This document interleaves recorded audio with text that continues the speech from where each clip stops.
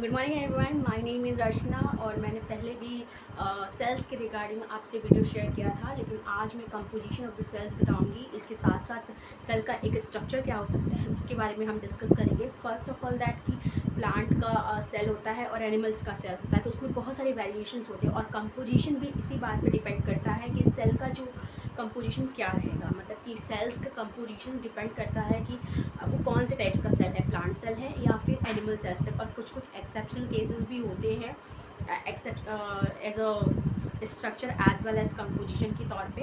But हम यहाँ पे देखेंगे कि एक एनिमल सेल्स का क्या कंपोजिशन है, इसके बाद हम प्लांट के बारे में देखेंगे। तो let's start. First of all that कि ये प्लाज्मा मेम्ब्रेन मैंने पहले से लिख रखा है और बना भी रखा है। तो ये जो आउटर लेयर आप देख रहे हैं इसको हम कहते हैं प्लाज्मा मेम्ब्रेन, और इसी को हम सेल मेम्ब्रेन भी कह रहे होते हैं। तो फर्स्ट ऑफ ऑल कि ये किस चीज़ों का बना होता है इसके बारे में डिस्कस कर लेते हैं। तो ये जो होता है that is a plasma membrane which is made by the carbohydrate में पॉलीसेक्राइड्स के केसेस होते हैं। इसके साथ साथ कुछ हमारा प्रोटीन्स का बना होता है और कुछ कुछ फैट्स के बने होते हैं। तो ये होता है, और ये प्लाज्मा मेम्ब्रेन कुछ रिसेप्टर्स भी रखे होता है अपने पास। इसके पास एक तरह से इसके पास चैनल होता है और रिसेप्टर्स होते हैं जो डिफाइन कर रहे होते हैं कि कौन सा मटेरियल अंदर जाएगा और कौन सा मटेरियल बाहर जाएगा। एग्जिट और इनटेक का प्लाज्मा मेम्ब्रेन के थ्रू ही हो रहा होता है। जैसे सेल्स के अंदर बहुत सारे काम ऐसे हो रहे होते हैं जो सेल का डाइजेशन कर रहा होता है, तो ऐसे ही प्लाज्मा मेम्ब्रेन जो है ऑल आउट कर रहा होता है। जैसे मैं एग्जांपल देती हूँ, जैसे हमारे स्कूल है तो हमारे स्कूल के बाहर क्या होता है कि गार्ड होते हैं जो डिसाइड कर रहे थे कि कौन सा पर्सन अंदर जाएगा और कौन सा पर्सन नहीं जाएगा। तो ऐसे ही हमारा प्लाज्मा मेम्ब्रेन होता है जो डिफाइन करता है कि कौन सा पर्सन अंदर जाएगा और कौन सा पर्सन नहीं जाएगा। तो इस तरह से प्लाज्मा मेम्ब्रेन वर्क कर रहा होता है एक सेल के लिए। दूसरा फंक्शन इसका ये भी रहता है कि ये साइटोप्लाज्म में या इनसाइड जितने भी सेल के अंदर जितने भी मटेरियल्स होते हैं उनको प्रोटेक्शन प्रोवाइड करता है, एक लेयरिंग की तरह काम करता है और उनको एक प्रोटेक्शन दे रहा होता है। तो दो काम इसकी हमने डिस्कस किए। नाउ नेक्स्ट इज द अवर और अदर ऑर्गेनेल्स लाइक माइटोकॉन्ड्रिया। जैसा कि माइटोकॉन्ड्रिया के बारे में मैं दिस इज द माइटोकॉन्ड्रिया।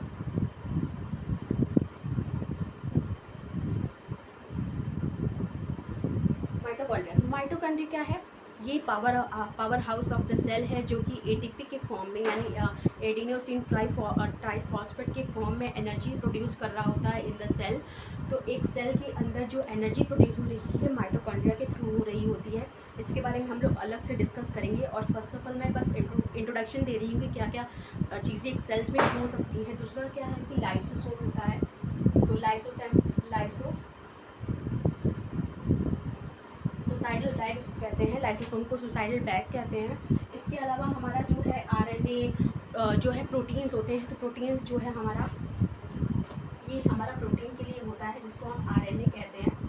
तो जिसको हम क्या कहते हैं कि रफ एंडोप्लाज्मिक रेटिकुलम या और स्मूथ एंडोप्लाज्मिक रेटिकुलम कह रहे होते हैं। तो दोनों का ही पोजीशन रहता है। तो उसके बारे में भी मैं डिस्कस करूँगी आफ्टर, जब हम लोग डिस्कस कर रहे होंगे तो आप डिस्कस करेंगे, अभी तो नहीं करेंगे। इसके अलावा हमारा जो होता है कि सेल का एक ये मैंने बना रखा है, इसका नाम है सेंट्रोसोम। जब हमारा सेल डिवाइड हो रहा होता है तब सेंट्रोसोम का काम होता है, फंक्शन होता है। उसके बारे में हम लोग डिस्कस करेंगे during the cell division. And इसके बाद ये है जो आप देख रहे हैं कि this is the nuclear membrane. तो ये न्यूक्लियर मेम्ब्रेन है, मैंने शॉर्ट फॉर्म में लिख दिया है, but you have to know that what is this. तो this is the nuclear membrane. जो न्यूक्लियर मेम्ब्रेन होता है वो क्या करता है कि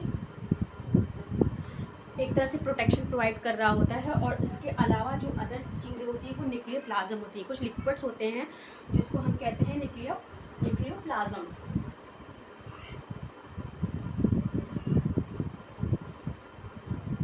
और इस प्लाज्म के अंदर जो एक सेंटर पे रहता है उसको हम बोलते हैं न्यूक्लियस। तो न्यूक्लियस को सबसे पहले रॉबर्ट ब्राउन ने ढूंढा था। और न्यूक्लियस क्या काम करता है कि जब हमारा प्रोटीन सिंथेसाइज हो रहा होता है या फिर सेल डिवीज़न में क्रोमोसोम्स का फॉर्मेशंस हो रहा होता है, तो उस टाइम हमारा न्यूक्लियस काम कर रहा होता है। क्योंकि न्यूक्लियस के अंदर डीएनए मटेरियल्स होते हैं जो क्या करते हैं, डिवाइड करने के बाद वन जनरेशन से अनदर जनरेशन तक जाते हैं। तो ये सारे के सारे कंपोजिशन रहे हैं एनिमल सेल्स के बारे में। तो हमने एनिमल सेल्स के बाद अब प्लांट सेल के बारे में देखा है। तो प्लांट सेल के बारे में हम डिस्कस करेंगे कि प्लांट सेल्स क्या होते हैं। प्लांट सेल्स के जो सेल्स होते हैं वो क्या होते हैं कि एक शेप होता है उनका, और उनके साथ जो है एक रिजिड मेम्ब्रेन पाई जाती है जिसको हम सेल वॉल कहते हैं, जो कि बना होता है सेलुलोज का। और ये आप देख सकते हैं कि this is a thick layer which is called a cell wall. और ये सेल वॉल क्या करता है, एक तरह से प्रोटेक्शंस प्रोवाइड कर रहा होता है, मैकेनिकल सपोर्ट प्रोवाइड कर रहा होता है एक प्लांट को। और सभी जितने भी टाइप्स के प्लांट्स होते हैं सबके पास कुछ एक प्रोटेक्शंस की और ऑर्गेनाइज प्रेजेंट होती ही है। तो इसी तरह प्लांट में कॉमनली प्रेजेंट होता है सेल वॉल। तो हम सेल वॉल के बारे में देखेंगे, जैसे कि कुछ फंगस होते हैं जिनका सेल वॉल काइटिन का बना होता है। तो इट डिपेंड कि उनका कंपोजिशन अलग अलग हो सकता है। ऐसे ही अगर हम देखें कि सेल के अंदर अगर देखें तो सेल के अंदर साइटोप्लाज्म होगा।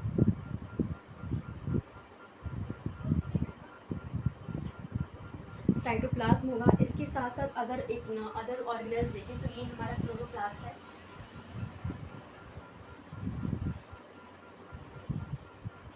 क्लोरोप्लास्ट जो होता है किचन ऑफ द सेल्स होता है, क्योंकि क्लोरोप्लास्ट की वजह से प्लांट अपना फूड प्रोडक्शंस कर रहे होते हैं। तो with the help of photosynthesis, तो फोटोसिंथेसिस की प्रोसेस जो होती है वो इसी के थ्रू होती है, जिसमें क्या होता है कि प्रोडक्शन ऑफ द फूड हो रहा होता है as a form of the sucrose, fructose और द स्टार्च। तो ये डिपेंड कर रहा होता है। तो ये इसकी प्रोसीजर मैं अलग से डिस्कस करूँगी। फर्स्ट ऑफ ऑल दैट कि हमें जानना है कि क्लोरोप्लास्ट क्या होता है। तो क्लोरोप्लास्ट एक ऐसा ऑर्गेनेल है जिसकी वजह से क्या होता है, प्लांट अपने आप को अपना फूड बना रहे होते हैं, इसीलिए इनको किचन ऑफ द सेल कहा जाता है। इसके साथ साथ प्लांट जो होते हैं उनमें कुछ कलर भी दिखते हैं, जैसे नॉर्मली प्लांट जो ग्रीन कलर के दिख रहे होते हैं तो ये किसकी वजह से दिख रहे होते हैं, क्लोरोफिल, और कुछ पिगमेंट भी अलग अलग से प्रेजेंट होते हैं। तो प्लांट में कई तरीके के प्लांट जो होते हैं कलरफुल भी दिख रहे होते हैं, तो वो उसके बारे में हम लोग बाद में डिस्कस करेंगे।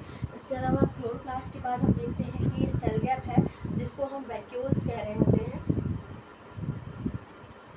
तो वैक्यूल्स इस तरह प्लांट में जो है वैक्यूल्स काफ़ी बड़ा होता है, और इसके पास एक मेम्ब्रेन होती है जो क्या करता है कि एक पतली लेयर की मेम्ब्रेन होती है जिसको हम टोनोप्लास्ट कहते हैं। पूरी मेम्ब्रेन होती है, ये पूरा एक मेम्ब्रेन से ढका होता है जिसका नाम होता है टोनोप्लास्ट। एक टोनोप्लास्ट होता है एक ऑर्गेनेल। इसके साथ साथ एक वैक्यूल्स का काम क्या हो सकता है, तो वैक्यूल्स जो होते हैं जितने भी वेस्ट मटेरियल्स होते हैं, और इसके साथ साथ स्टोरिंग ऑफ द फूड, कुछ फूड्स स्टोर होते हैं with the help of vacuoles, और ज़्यादा से ज़्यादा जो वेस्टेज जो प्रोडक्ट होते हैं वो वैक्यूल्स खुद में रखा होता है। और इसके साथ साथ ये सेल की पूरे रिजिडिटी को मेंटेन करता है। तो ये वैक्यूल्स का फंक्शन हो गया। इसके बाद हम देखते हैं कि माइटोकॉन्ड्रिया इसमें प्रेजेंट होता है।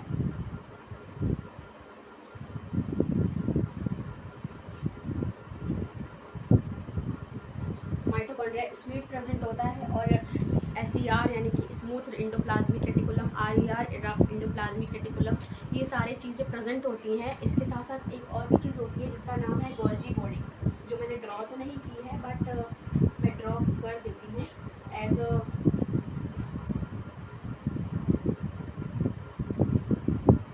कुछ होती है स्ट्रक्चर जिनको गोल्जी बॉडी कहते हैं, जो पैकेजिंग कर रहे होते हैं प्रोटीन की, जो है पैकेजिंग कर रहे होते हैं गोल्जी बॉडी। इसके अलावा जो है न्यूक्लियस, तो ये जो है इस अंदर की साइड जो होता है इनके पास भी न्यूक्लियस होता है, लेकिन इनके पास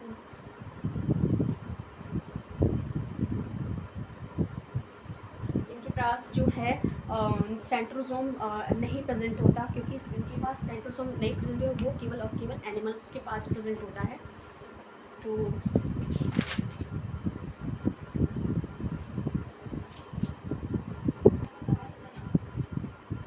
तो गाइस मैंने जो है एनिमल्स और प्लांट सेल की कंपोजिशंस को डिफ़ाइन किया है, और अब मैं आपको डिफ़ाइन करूँगी कि इनके प्लांट सेल और एनिमल सेल्स के बीच में क्या डिफरेंस होते हैं। फर्स्ट ऑफ ऑल कि प्लांट के सेल्स जो होते हैं वो क्या होते हैं, बहुत ज़्यादा लार्ज होते हैं कंपेयर टू द एनिमल्स, क्योंकि एनिमल्स के जो सेल्स होते हैं स्मॉलर साइज़ के होते हैं, और इनके पास जो होती है खुद की एक शेप नहीं होती है, डिफाइन नहीं कर पाते ये शेप, क्योंकि अगर अदर ऑर्गन्स में टाइप्स के सेल्स पाए जाते हैं, लेकिन प्लांट में जो सेल होंगे, अगर सेल प्रेजेंट होंगे तो वो क्या होगा कि एक उसका एक लार्ज साइज़ होगा। इसके अलावा मैं देखूँ कि अगर सेल का जो प्लांट होता है वो क्या होता है, सेलुलोज का बना होता है। सेल वॉल उसका जो होता है, आउटर लेयर जो होती है वो क्या होती है कि सेल वॉल जो है सेलुलोज की बनी होती है, कभी कभी काइटिन की बनी होती है।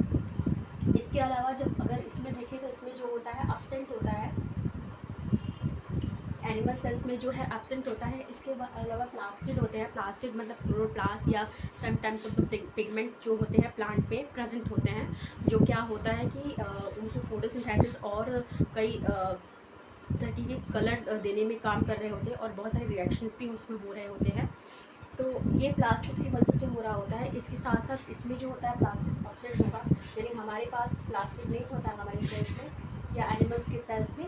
इसके अलावा वैक्यूल्स को देखिए तो वैक्यूल्स काफ़ी लार्ज होता है, जिसको हम सेल शेप भी कहते हैं। तो सेल शेप जो होता है इनका बड़ा बड़ा होता है, मतलब कि बहुत लार्ज साइज का होता है। बट वैक्यूल्स इसमें जो होते भी हैं और कभी कभी एब्सेंट भी होते हैं। इसमें बहुत ज़्यादा स्पेसिफिक टाइप से वैक्यूल्स प्रेजेंट नहीं होते हैं। इसके अलावा अगर हम देखें सेंट्रोसोम, तो सेंट्रोसोम जो होता है केवल और केवल एनिमल्स में प्रेजेंट होते हैं, अदरवाइज प्लांट में सेंट्रोसोम नहीं प्रेजेंट होते हैं। तो प्लांट में जो है सेंट्रोसोम एब्सेंट होता है और लाइसोसोम भी एब्सेंट होता है प्लांट में। तो ये जो होगा केवल और केवल एनिमल में प्रेजेंट होता है, और एक डिफिनेट सेल, यानी कि जो सेल वॉल उसकी होती है, एक डिफिनेट शेप दे रहा होता है प्लांट को। बट एनिमल सेल्स के पास नहीं हो रहा होता है। तो होप यू गाइज दैट मैंने अपनी बात को आपके सामने रखा होगा। फर्स्ट ऑफ ऑल गाइज मैं आपको बता दूँ कि नॉलेज और मेरे से भी अच्छा वीडियो है, ऑफ कोर्स होगा, है यूट्यूब पे। लेकिन दोस्तों मैंने पढ़ाने का डिसीज़न लिया था, तो फिर बहुत सारी चीज़ें मेरे साथ हुई, कि मतलब मैं बहुत ज़्यादा चीज़ों में इन्वॉल्व हो गई। तो मुझे अपने सब्जेक्ट के लिए टाइम नहीं मिल पाया। तो मैंने इसीलिए डिसाइड किया कि मैं अपने यूट्यूब पे स्टार्ट करूँगी। और मैंने इसलिए नहीं किया कि मैं अपना नॉलेज आपको दूँगी, मैंने सिर्फ इसलिए नहीं किया, बल्कि मैंने इसलिए किया कि मैं अपने आप को बिल्ड कर पाऊँगी एज माई सब्जेक्ट। क्योंकि मैंने जो है पढ़ाई बायोलॉजी से ही की, तो वो चीज़ें मेरी डेवलप करनी थी मुझे पहले से, बट मैंने नहीं किया था। तो मैं बस यही बताना चाहती हूँ कि मैं ये वीडियो जो बना रही हूँ अभी, ये बहुत स्टार्टिंग फेज़ है, और बहुत सारे लोग ऐसे भी होंगे जो मेरे से भी ज़्यादा नॉलेजेबल होंगे।